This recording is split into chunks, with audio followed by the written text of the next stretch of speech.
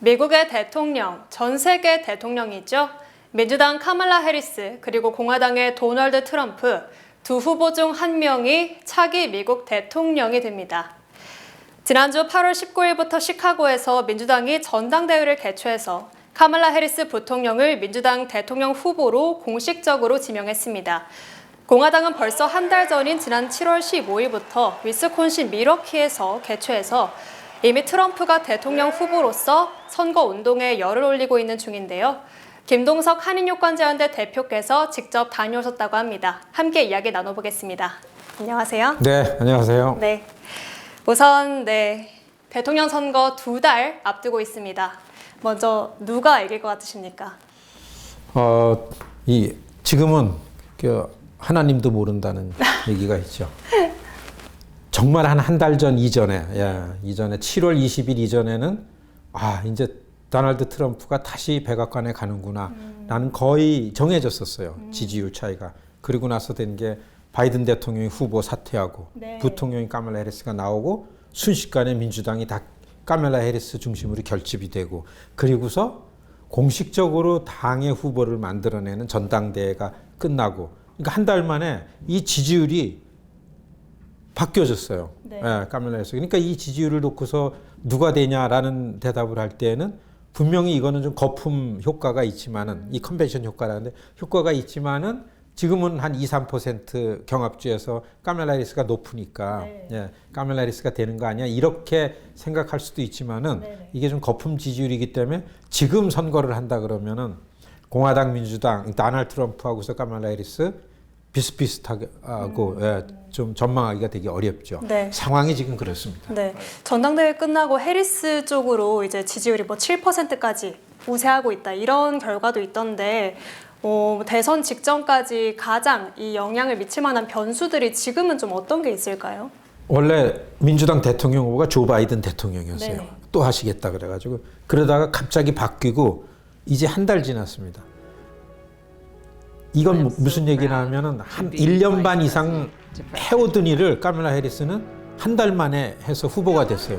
아직 카말라 해리스가 부통령이기는 하지만은 카말라 해리스가 대통령으로 하기에는 리더십이 어떤지를 검증이 안 된 거죠. 도널드 트럼프는 벌써 4년을 대통령을 했었으니까 다 아는데 그렇기 때문에 앞으로의 변수는 과연 카말라 해리스가 트럼프에 대항해서 이제 선거 운동을 해나가면서 그 대통령 감인가 라는 게 이제 검증되는 과정이 있는 거죠. 그 첫 번째 검증대가 9월 10일 트럼프와 카말라 해리스가 직접 이제 토론회를 합니다. 맞습니다. 그때서부터 아마 카말라 해리스가 어떤 실력이 있고 해나가고 그래 카말라 해리스의 검증되는 부분이 첫 번째 변수가 될 것 같고 두 번째는 경제 문제가 지금 잘 가야 되는데 이거보다 더 고물가고 그다음에 일반 시민들이 경제가 왜 이렇게 나쁜가라는 거에 대한 이 체감이 많이 되고 그러면 어차피 카말라 해리스는 조 바이든 카말라 해리스 지금 4년 국정을 운영하고 오고 있으니까 책임이 있으니까 그런 것들이 카말라 해리스의 지금 지지율이 높지만은 앞으로 변수다 이렇게 설명할 수 있습니다. 또 이 해리스의 상승세가 지금은 좀 거품이 껴있다라고 말씀을 하셨는데 그럼에도 확실히 지금 트럼프보다는 해리스 쪽으로 기울고 있는 모습을 볼 수 있는데요. 원인이 뭘까요? 이런 게 있어요. 사실 선거를 결정하고 선거에 누가 이기냐라는 건 지금 미 전역에서 한 7개 주에서만 6개나 7개 주에서만 선거를 해요. 다른 데는 아무리 트럼프가 뉴욕에 와서 잘해도 뉴욕은 이길 수가 없는 거야.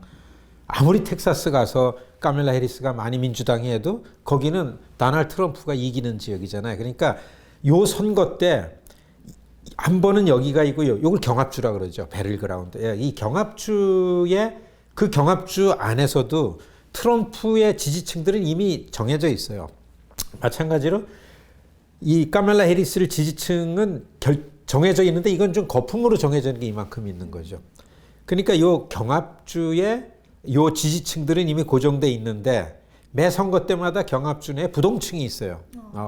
이렇게 가다가 선거 한 열흘 남겨놓고 한 달 남겨놓고서 결정해서 표를 찍는 요 경합주 내의 부동층들이 요 부동층을 어떻게 잡는가라는 거에 따라 가지고서 이거를 하는데 지금 요 경합주의 부동층들이 가장 민감하게 영향을 주는 게 이 사람들은 좀 어렵습니다. 네. 야, 왜 이래? 뭔가 새로운 걸 원하는데 이제까지 바이든 후보 있을 때까지 왜 이게 나빴냐면 그 밥에 그 나물이에요.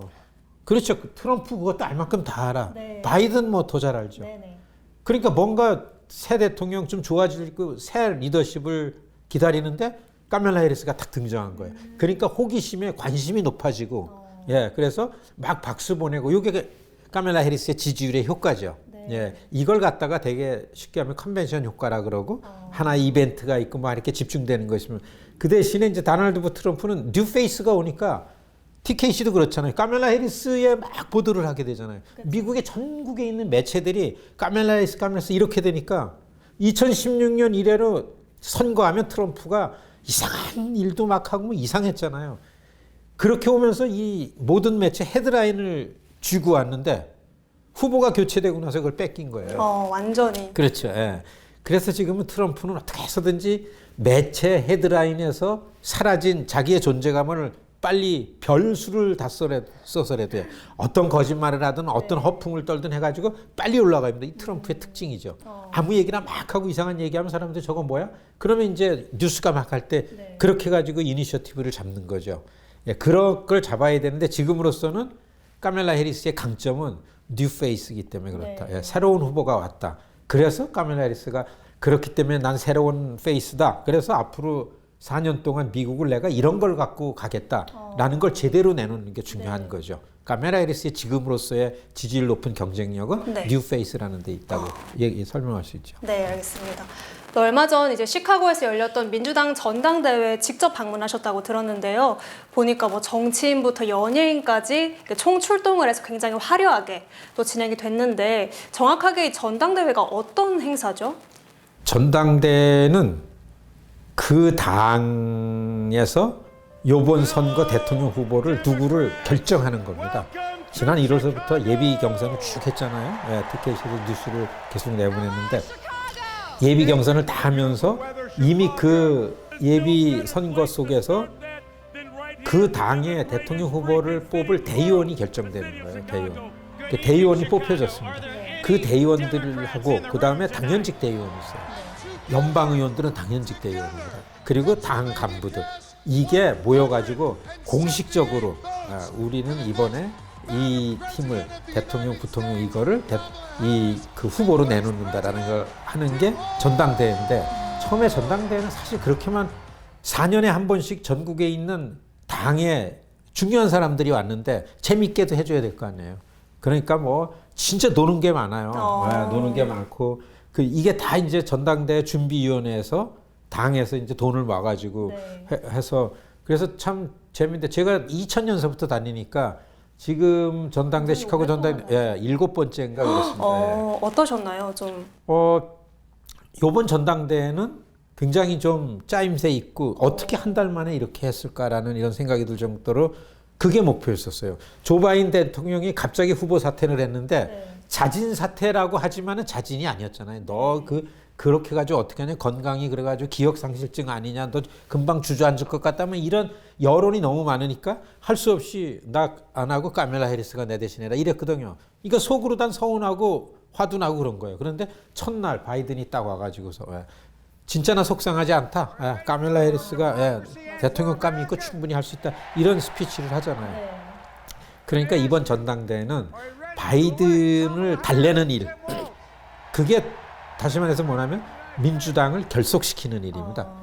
카멜라 해리스를 지지하지 않는 대의원들도 있을 거 아니에요. 요거를 한 달 만에 결속을 했으니까 아직 편안하게 되지 않았으니까 당의 결속이 첫 번째고 두 번째는 카멜라 해리스가 갖고 있는 강점을 공화당의 도널드 트럼프에 비해서 카멜라 해리스가 갖고 있는 리더십의 강점을 좀 선보이는 거고 그 다음에는 그 당원들이 다 오고 민주당에다가 돈도 후원하고 뭐 이런 그 중요한 사람들이 다 왔으니까 이런 사람들을 달래고 위로하고 저도 유권자 운동을 하니까 유권자 운동하니까 우리 같은 사람도 당 안에서 알면은 초청해가지고 그래 가면은 이것저것 뭐 노는 데도 있고 그러니까 사실은 참가한 사람들이 야 여기 큰 연예인이 한 사람 올 거야 그 소문이 다 돌았어요.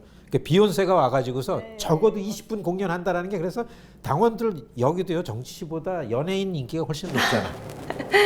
다들 비욘세 언제 오고 그러는데 그게 아니라 오프라 윈프리였었어요. 아, 맞습니다. 그리고서 그렇게 해서 진짜 4년마다 한 번씩 하는 한 당에 굉장히 큰 정치 잔치입니다. 그렇네요. 축제. 잔치네요. 네, 그렇죠. 그렇게 하는 게 전당대고 여하튼 이번 전당대 당이 결속이 됐고 단결이 됐고 또 한 가지는 카멜라 해리스와 팀 월스라는 부통령 러닝메이트를 중심으로 공식적인 후보가 됐고. 그럼 이번 전당대회 성공적이었다고 보시나요? 그렇죠. 목표가 달성된 거죠.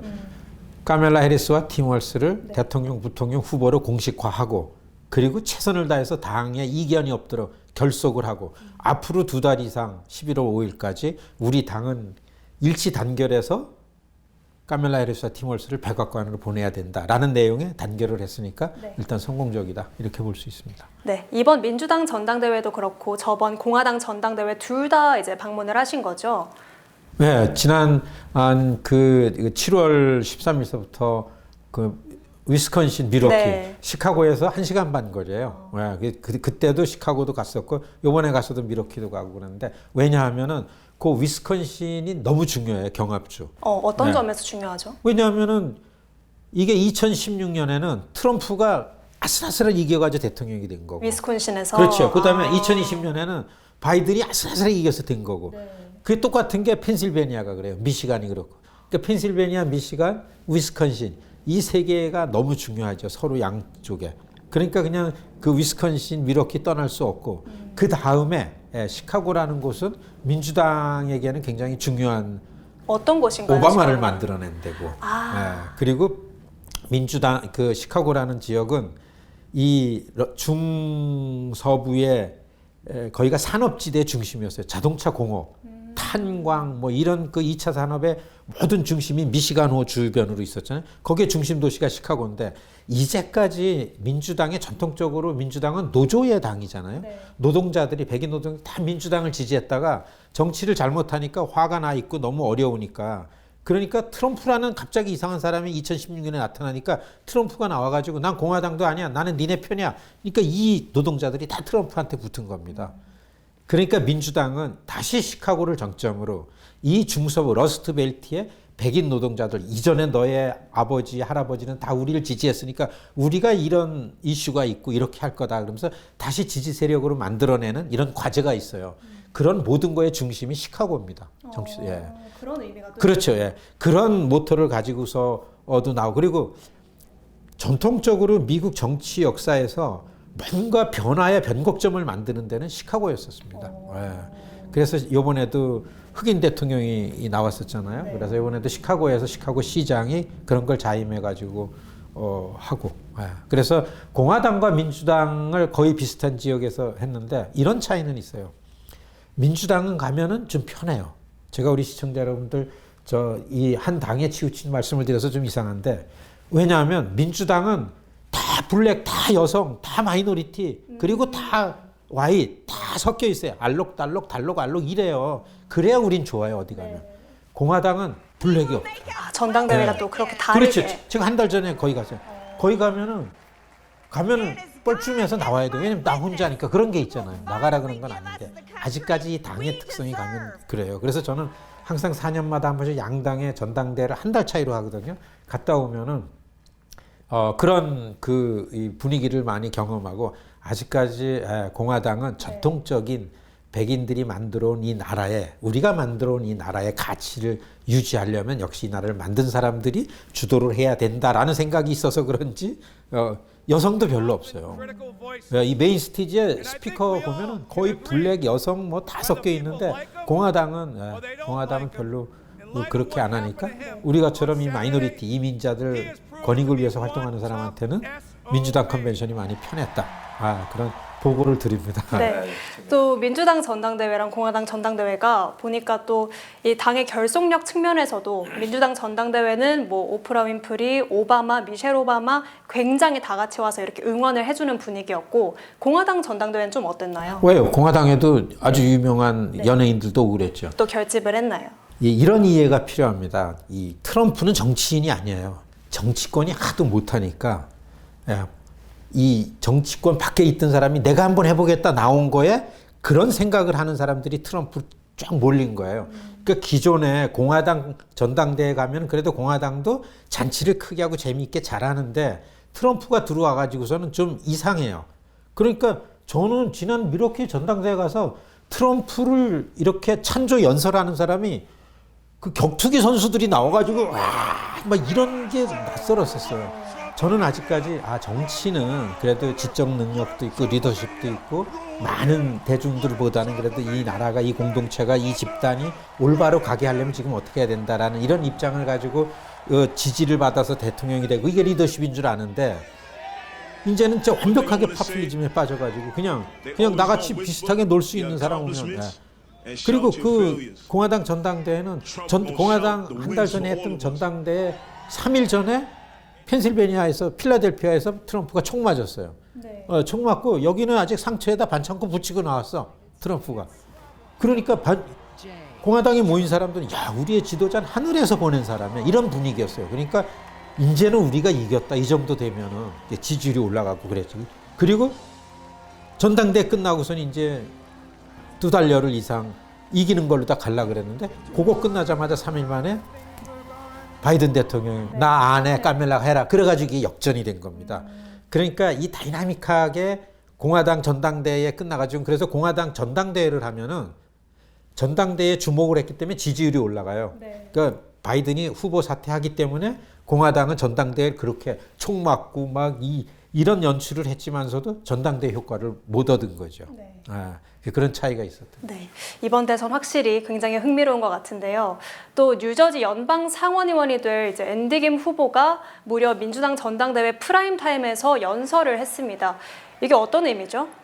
제가 전당대회를 7번을 갔는데 이번처럼 보람 있고 뭐 정치 행사 가가지고 울컥하고 그런 거 별로 없어요. 근데 그 긴 시간은 아니었지만은 앤디가 와서 연설을 하니까 그걸 저는 쳐다보면서 별 생각이 다 나더라고요. 제가 30년 이 일을 하거든요. 그리고 2018년 연방 하원 나왔을 때서부터 앤디 캠프랑 같이 하면서 이게 저는 어떤 걸 받아들이냐면 우리 시청자 여러분께 이 설명을 좀 드리고 싶은데 여러분 2004년에 일리노이주 연방 상원의원 후보로 후보가 되고 2004년 여름에 보스턴에서 이와 같은 컨벤션을 했어요. 전당대. 그때 처음으로 오바마가 와서 프라임타임에 연설을 했어요. 여러분 그때는 오바마는 선출직이 아니었습니다. 그때 상원의원이 되고서 그로부터 4년 후에 대통령이 됐어요. 2012년에 오바마가 두 번째 대통령이 되려고 전당대회를 노스캐롤라이나 샬롯에서 했어요. 그때는 지금 그 장면도 너무 감동적인데 매사추세츠 상원의원인 엘리자베스 워렌이라는 이 여자분이 그때 매사추세츠 상원으로다가 후보가 왔다가 그때 2012년 노스캐롤라이나 샬롯 전당대회 프라임타임 메인 스테이지에서 연설을 했어요. 그리고 나서 2016년 선거 때 대통령 후보가 된 거예요.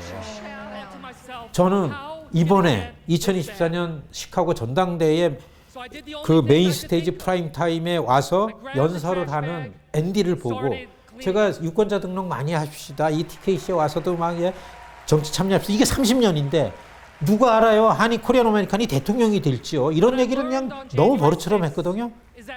현실이 되잖아요. 네, 저는 이렇게 봤어요. 왜냐하면 그 연설을 들으면서 내용이나 뭐 이게 아니라 저기에 코리안 아메리칸이 가서 그러면은 2028년에 대통령 후보 출마 누가 아니라고 누가 뭐라 그래요. 사실 앤디 김이 이 연설하기 꽤 어려웠어요. 연설 리스트에 원래 없었습니다. 왜냐하면 앤디 김이 왜 각광을 받고 주목을 받는 정치인이라면은 설명드렸듯이 썩어 문드러지고 부패한 정치권을 취급하는 이래면 안 되겠다. 여러분 나는 정치인이 아닙니다. 나는 시민들을 위해서 정치인들이 일을 하도록 이 부패, 이 구조를 바꾸려는 사람입니다. 그러면서 상원에 도전한 거 아니에요. 그러니까 기존의 정치인들이 자기네들을 욕하는 거잖아요. 지금 뉴저지 민주당 안에서는 갑자기 이게 쳐들어오면서 막 내부 고발자 비슷하게 된 거예요. 그러니까 전당대회라는 거는 각 주의 민주당 위원회에서 돈도 만들고 이거 만들고 이게 상납해가지고 사거든. 그러니까 뉴저지 민주당 안에서는 앤디 김이 이쁘지 않은데 우리 주의 대표로 주에서 추천을 해야 되거든. 주에서 추천을 받아서. 그렇죠. 이 네. 전당대회 가면은 각 주의 대의원들끼리 다 따로따로 호텔에 묵으면서 계속 대의원들끼리 주에서 온 사람들끼리 미팅을 해요. 당 강령도 다시 만들고 당 위원장도 뽑고 다 자기네들끼리 그러잖아요. 그러니까 어떻게 보면 지금 순간에서는 앤디 김은 라이징 스타지만은 지금 있는 사람들의 잘못을 문제를 지적하면서 나오기 때문에 좀 왕따잖아요. 네. 그래도 이제 뉴저지 델리게이션 때 왔다가 다시 돌아왔다가 나중에 그 프라임타임 스피커로 통보를 받고 다시 비행기 타고 와가지고 그게 마침 그 오는 날 저 연설 지명이 됐다고 그래가지고 너무 좋아. 제가 너무 시무룩했는데 저는 개인적으로 메인 스테이지 연설을 하면은 4년 후에는 대통령 후보 나올지도 몰라 막 이랬거든요.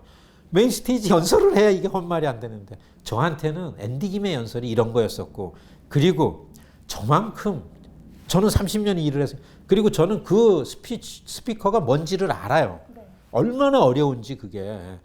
그렇기 때문에 저만큼 그 장면을 갖고 흥분에 가까운 이 설레임 뭐 이런 게 있습니다. 네. 그래서 아직까지 저는 그런 마음인데 네. 이게 앤디 김이 시카고 민주당 컨벤션에서 연설을 했다라는 거는 우리 한인 커뮤니티에게 주는 거는 2세들에게는 굉장한 임팩트를 준다. 네.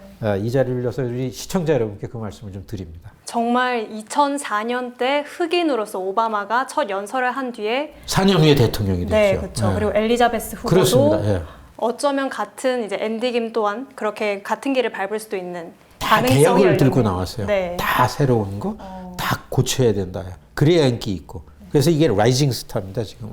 정말 우리 한인 동포들이 큰일 했다. 이런 말씀을 드립니다. 네.